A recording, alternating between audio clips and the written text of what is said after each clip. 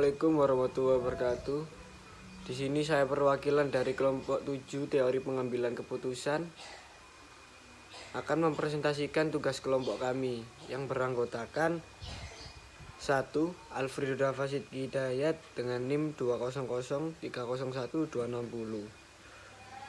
dan teman saya Wahyu Tahara dengan NIM 200301224 dan rekan saya Fitria Wulandari dengan 200301221 dan rekan saya selanjutnya Aisy Farakila dengan NIM 200301239. Ya, di sini kelompok 7 akan menjelaskan tentang evaluasi kinerja keuangan pada perusahaan manufaktur menggunakan metode analitik hierarki proses atau disebut dengan nama lain AHP. Ini saya akan menjelaskan tentang kinerja keuangan. Kinerja keuangan menurut Sutrisno 2009-53, kinerja keuangan perusahaan merupakan prestasi yang dicapai perusahaan dalam suatu periode tertentu yang mencerminkan tingkat kesehatan perusahaan tersebut. Menurut Fahmi 2011-2 menyatakan bahwa kinerja perusahaan merupakan suatu gambaran tentang kondisi keuangan suatu perusahaan yang dianalisis dengan alat-alat analisis keuangan sehingga dapat diketahui mengenai baik buruknya keadaan keuangan suatu perusahaan yang mencerminkan prestasi kerja dalam periode tertentu. Hal ini sangat penting agar sumber daya digunakan secara optimal dalam menghadapi perubahan lingkungan. Jadi kinerja keuangan adalah suatu analisis yang dilakukan untuk melihat sejauh mana suatu perusahaan telah melaksanakan dengan menggunakan aturan-aturan pelaksanaan. Pengaturan keuangan secara baik dan benar. Menurut Kashmir 2014, secara umum terdapat 4 jenis utama yang digunakan dalam menilai profitabilitas diantaranya. 1. Profit margin on sale, return on investment, return of equity, laba per lembar saham atau disebut dengan earning per share, dan rasio pertumbuhan. Menurut Kashmir, rasio activity ratio merupakan rasio yang digunakan untuk mengukur efektivitas dalam menggunakan aktivitas yang dimilikinya. Atau dapat pula dikatakan rasio ini digunakan untuk mengukur tingkat efisiensi efektivitas pemanfaatan. Rasio likuiditas yang dikemukakan oleh Kashmir 2015 yang dapat digunakan oleh perusahaan untuk mengukur kemampuannya yaitu rasio lancar atau disebut dengan current ratio, merupakan rasio untuk mengukur kemampuan perusahaan membayar kewajiban jangka pendek atau utang yang segera jatuh tempo pada saat ditagih secara keseluruhan. Dengan kata lain, seberapa banyak aktiva lancar yang tersedia untuk menutupi kewajiban jangka pendek yang segera jatuh tempo. Rasio lancar dapat pula dikatakan sebagai bentuk untuk mengukur tingkat keamanan suatu perusahaan. Yang kedua, rasio cepat atau disebut dengan quick ratio atau rasio sangat lancar atau acid test ratio merupakan rasio yang menunjukkan kemampuan perusahaan memenuhi atau membayar kewajiban atau utang lancar.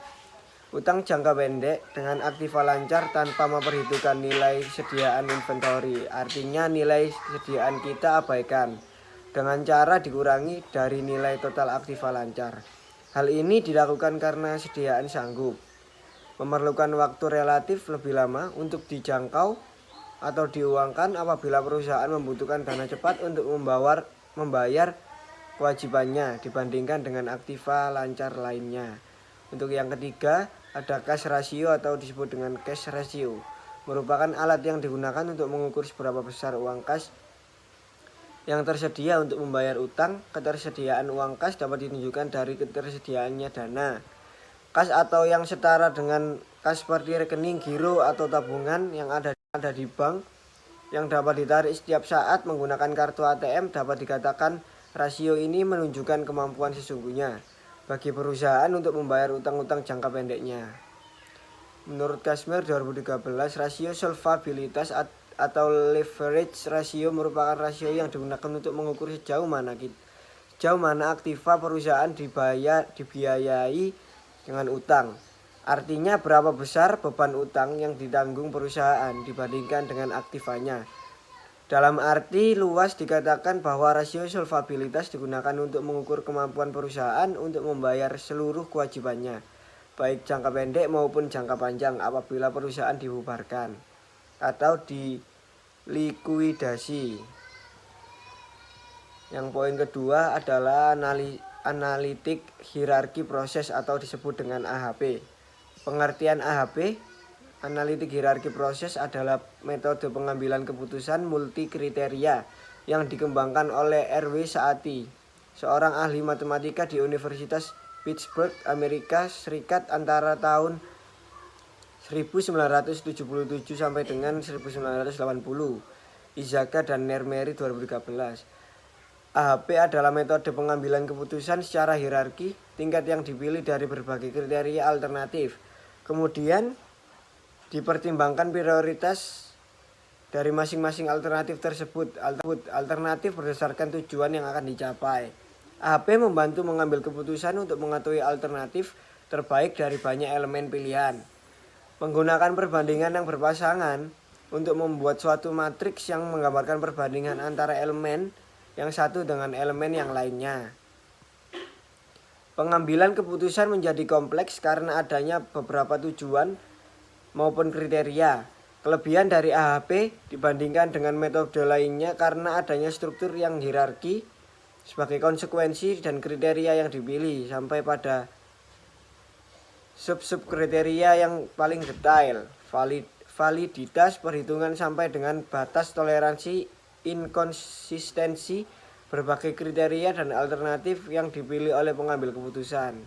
Adapun prosedur AHP tersendiri. Untuk menggunakan AHP diperlukan untuk menyelesaikan 4 langkah untuk mendapatkan peringkat alternatif atau disebut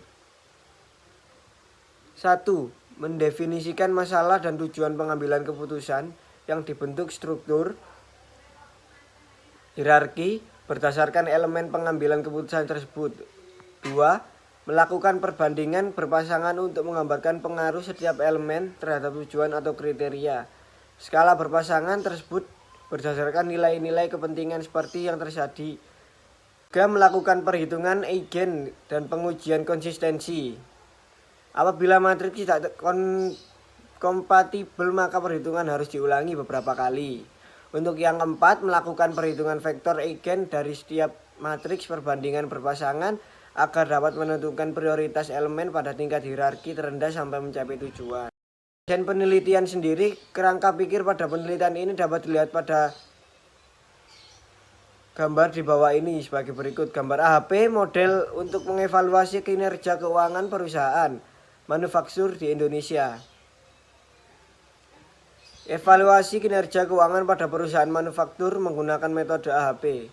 1. Aktivitas. 2. Solvabilitas. 3. Likuiditas. Yang keempat, profitabilitas. Pada evaluasi kerja manufaktur perusahaan yang ada di bawah ini. Selanjutnya saya akan menjelaskan pada slide analisis data dengan menggunakan 3 alternatif. Yang pertama dengan kode HMSP pada perusahaan Hanjaya Mandala Sampurna Tbk. Yang kedua dengan kode GGRM pada perusahaan Gudang Garam Tbk. Yang ketiga dengan kode WIIM dengan perusahaan Wismilak Inti Makmur Tbk. Bisa dilihat pada tabel selanjutnya, 3 perusahaan tersebut diperoleh beberapa kriteria.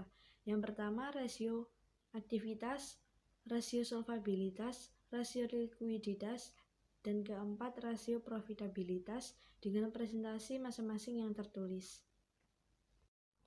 Pada slide selanjutnya yaitu matriks perbandingan berpasangan dengan skala Saati.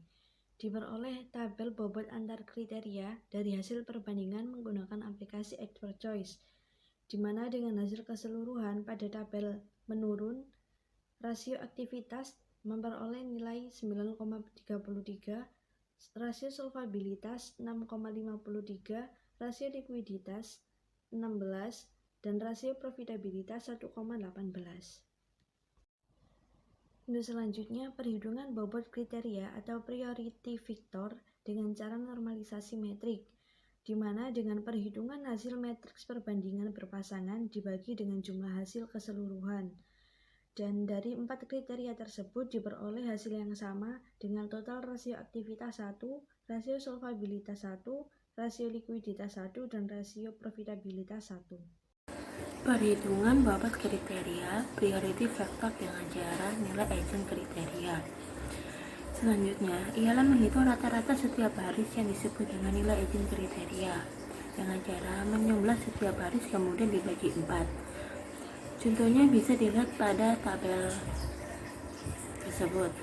0,11 ditambah 0,05 ditambah 0,19 ditambah 0,16 dibagi 4. Kemudian hasilnya adalah 0,109. Nah, 0,109 adalah nilai agennya. Selanjutnya, terdapat struktur hierarki yang setiap kriterianya memiliki nilai agennya masing-masing. Aktivitas 0,109, solvabilitas 0,220, likuiditas 0,652, profitabilitas 0,619. Setelah diketahui nilai agennya, maka selanjutnya kita akan menghitung matriks. Untuk perhitungan matriks adalah baris dikali kolom, seperti 1,00 dikali 0,109 ditambah 0,33 dikali 0,220 dan seterusnya, dan menghasilkan 0,46, 0,93, 0,217, 2,628. Selanjutnya adalah menghitung konsistensi matriks kriteria, yaitu langkah pertama menghitung konsistensi bobot vektor dengan rumus T sama dengan 1/4 dikali 0,46 dibagi 0,109. Nah, 0,46 adalah nilai dari hasil perkalian matriks, sedangkan 0,109 adalah nilai agennya. Setelah kita menjumlah semuanya, kita kali 1/4 dan menghasilkan 4,216. Kemudian kita akan menghitung nilai indeks konsistensi dengan rumus CI sama dengan 4,214 dikurangi 4 dibagi 4 min 1 sama dengan 0,072. Selanjutnya kita akan menghitung rasio konsistensi dengan rumus CR sama dengan 0,072 dibagi 0,9, hasilnya adalah 0,08. Hasil dari perhitungan rasio konsistensi menunjukkan angka 0,08 lebih kecil dari 0,10, sehingga membuktikan bahwa hasil perbandingan dapat diterima atau konsisten. Setelah mendapatkan nilai masing-masing dari setiap pembobotan kriteria dan setiap alternatif berdasarkan kriteria, diperoleh matriks seperti tabel di bawah ini.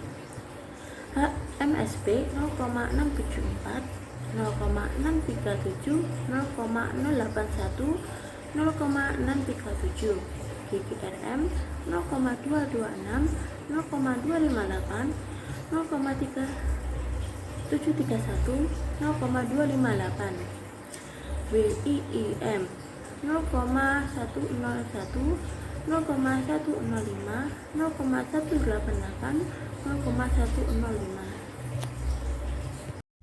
Selanjutnya adalah struktur hierarki dari nilai setiap pembobotan kriteria dan setiap alternatif berdasarkan kriteria. Di bawah ini ada struktur hierarkinya. Selanjutnya adalah menghitung bobot akhir masing-masing alternatif, yang dimana dalam tabel ini adalah hasil dari bobot akhir setiap alternatif, yang dimana ada HMSP dengan bobot akhir 0,615 dengan persentase 61,5%, GGRM dengan bobot akhir 0,277 dengan persentase 27,7%, WIIM dengan bobot akhir 0,108 dengan persentase 10,8%, yang dimana bobot akhir ini jika dijumlahkan adalah 1 dan persentase ini jika dijumlahkan adalah 100%. Selanjutnya adalah kesimpulan. Kesimpulan ini berdasarkan hasil olah data menggunakan AHP atau Analytical Hierarchy Process, yang dapat disimpulkan bahwa kinerja keuangan perusahaan manufaktur di Indonesia yang go public pada IDX memiliki bobot penilaian tertinggi adalah HMSP dengan nilai 61,5%. Penilaian ini berdasarkan kondisi keuangan perusahaan yang dicerminkan oleh indikator rasio aktivitas, solvabilitas, likuiditas, dan rasio profitabilitas. Sekian presentasi dari kelompok 7. Jika ada salah kata dan ucapan mohon dimaafkan. Terima kasih. Assalamualaikum warahmatullahi wabarakatuh.